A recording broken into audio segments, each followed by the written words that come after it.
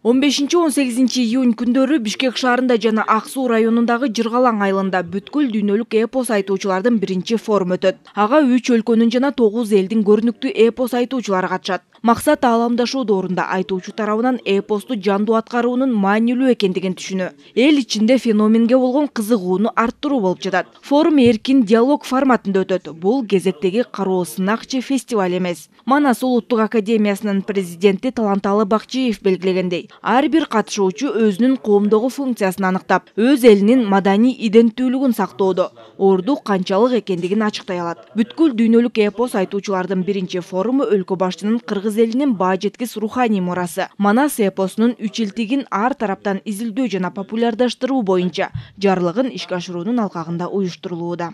9 элдин өкүлү бул Бурят, бул Алтай, Хакас, Якут, Тува, Моңгол, Калмак, Өзбек элдери катышканы турат. Айтуучулар менен биргеле ушу маданият министрликтеринин өкүлдөрү да катышканы турат. Себеби бул жерде расмий документтерге кол коюу иш-чарасы да болот. Форумдун жыйынтыгы менен эл аралык дүйнөлүк айтуучулардын коомун түзүү документине кол коюлат.